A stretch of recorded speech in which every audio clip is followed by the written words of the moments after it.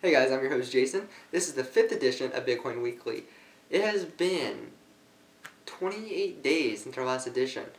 So as you can tell, there's a lot of stuff to cover. Today just so happens to be March 23rd, 2013. So just sit back, relax, get ready, because I'm going to show you guys a jam-packed edition of the best news on Bitcoin. So like always, I like to bring you guys the latest news on who has started accepting Bitcoins. Because, I think it's pretty important. I think you guys can agree. So the first one is a company called Namecheap. Now, they're kind of like a GoDaddy or a one-on-one. They're like a web hosting, web storage type of business. So it's pretty cool to see those people get accepting Bitcoin. I think it's pushing the limits of our market and really getting it out there. So I think that's good. The next one is Reddit. And I know we covered this before on a Bitcoin Weekly, but now it's official. Reddit has officially accepted Bitcoins for Reddit Gold. Now this is crazy because they're officially sponsoring it, and now you can buy it without having to go through a third party. You can get it right from them, so it's trustworthy. Plus, you can do it. Now, when it first came out, and there goes my cat. I think you can see his tail. When it first came out, everyone was talking about it. It got real huge excitement. A lot of people inquisitive, what is Bitcoin? And it really helped because it brought people that didn't know what Bitcoin was into the Bitcoin subreddit on Reddit, and then it brought people interested. Started reading the Wikipedia articles. So I think that helped push the momentum in the news about it. But another thing is, and this is thanks to you guys, people out there went out there as soon as they did it and they started buying a year or 2-year subscription of Reddit Gold with Bitcoins. So I knew there was a chart about 2 weeks ago out kind of showing that they weren't making too much profit off of it, but I still think it's important because we're pushing the envelope of Bitcoin. We're getting more people to accept it. It's becoming a more commonplace word. I think we can all agree we someday want Bitcoin to have the same name value as, say, USD. If you say, oh, can I have $1? What about, oh, can I have 1 Satoshi? Which is a subunit of Bitcoin, if you don't know. Okay, so I know around the forums a lot of people have been asking whether there's anything new with the Asic boards, and sadly enough, not.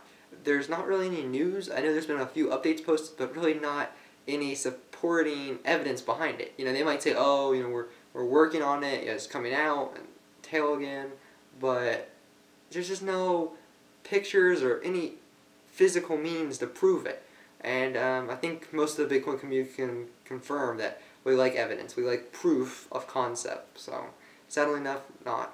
Now, there was a couple of videos about this Bitcoin ATM, and I'll post a picture somewhere around here. I always do. It's either on this side, or up. So, usually on this side. Anyway, this is a pretty cool little device, and it kind of shows what Bitcoin can become. The people that are in Bitcoin are smart, intellectual people. So it goes to show we're going to invent smart, intellectual, creative ideas. So like the Bitcoin ATM, which was pretty awesome. I'll put maybe a link to the video in the description. Because what it did and it allows is, say you walk up, you put a $20 bill in, it uses third-party programs, but like Mt. Gox or whatever, to trade the money. But you put the say $20 in, and boom. It gives you a payout address, a new Bitcoin address, to receive those funds at. Or I think there was also an option to use a QR code. So depending whether you have an address or not, but it will hopefully allow people to move into it that don't have addresses yet. It kind of gives them a means to get into Bitcoin. So that's always interesting. So I'm guessing many of you guys know what Bitcoin Store is. It's a, if not, I'll explain. It's basically like an Amazon of the Bitcoin community. Very nice layout, very nice. But the problem they're running into, they're not making the funds they suspected they would get. About a week and a half ago, I think they were looking at about 10%. Now they're at like 16, 17%, but still nowhere close. And they had to make this deadline by the 30th of this month. Probably not going to make it, which means they're going to lose their price negotiations with the upper distributors and the upper contract holders. So you could see them losing that out. And that means the price is going to go up and then it'll be less competitive. So we'll have to wait and see how that goes. The next thing, now this is pretty awesome. I love it. There is, and I'll put the link in the description, I'll try if I can find it, was getting paid to play Minecraft. And it's kind of taking the idea of an MMORPG or a pay-to-play game or kind of like a Farmville where you're paying credits to get extra things in the game to Minecraft.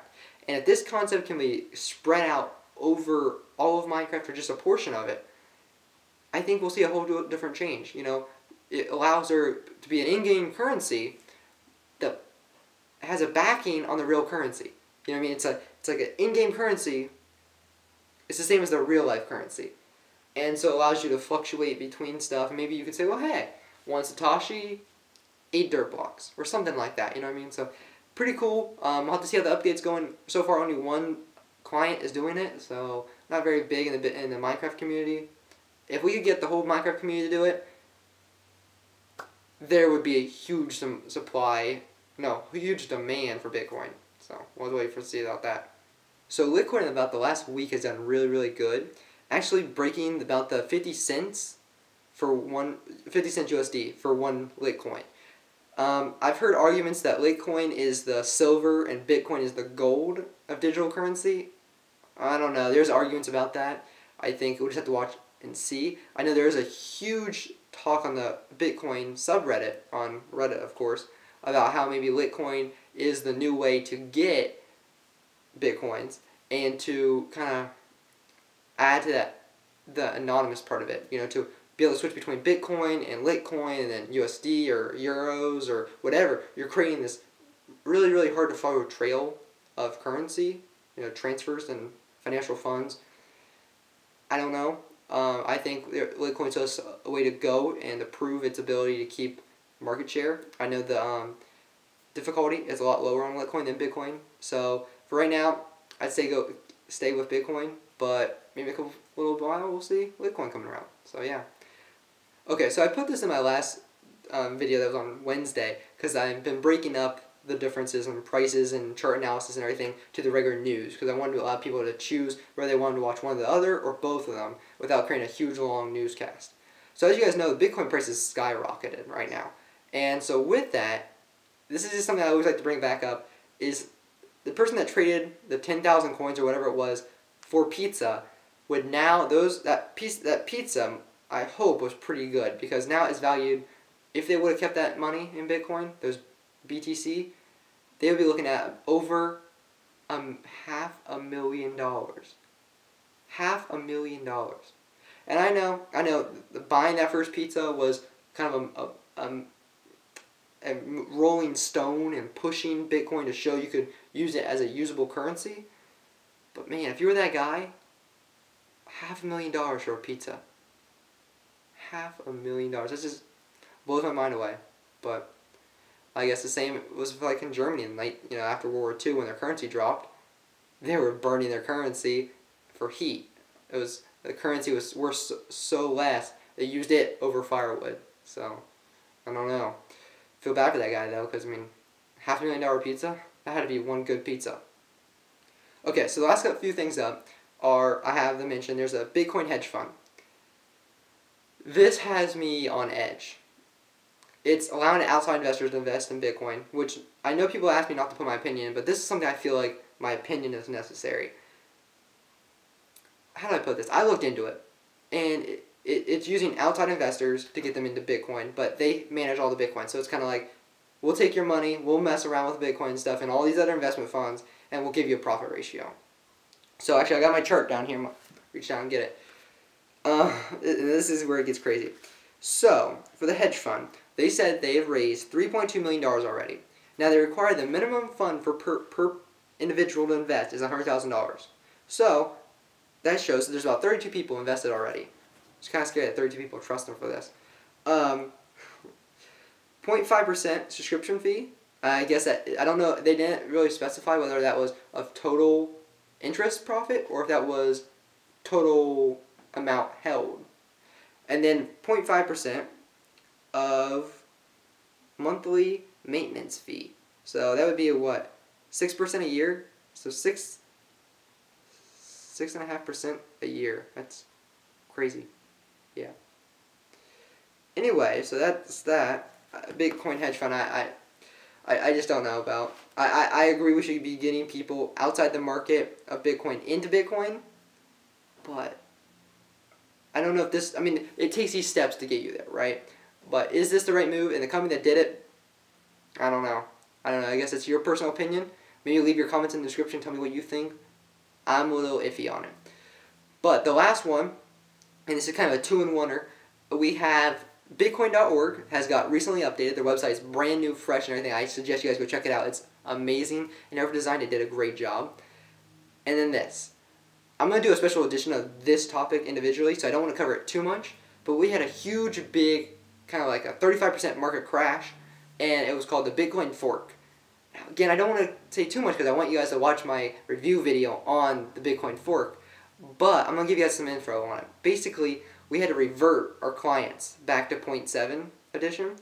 So that took a little while. It actually showed the Bitcoin community could come together and work on things together as a whole.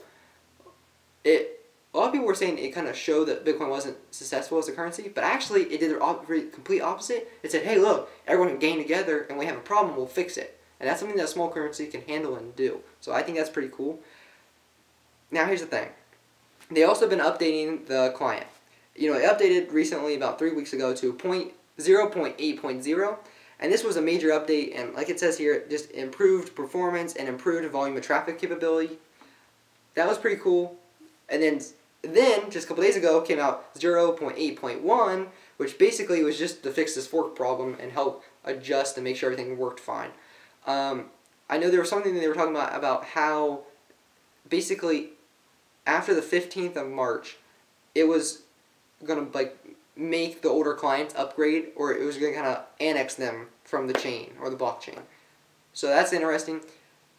So if you guys haven't already, or if you leave that client, you know, on a spare laptop and you never turn it on unless you have to transfer Bitcoins, I suggest you go and you download the new update of Bitcoin, the 0.8.1. Get that done. So thanks for watching, guys. Again, watch out. Someday within next week, I'm going to do a whole special edition on the Bitcoin fork. If you guys have any content you want to add to the show, or add and tell me about the Bitcoin fork that I can add to my own research for the edition of that, I'd love to hear from you guys. I'll put my email in the description, or you guys can just message me on YouTube, whatever I'm on right now, or Twitter. So thanks for watching. Have a great day.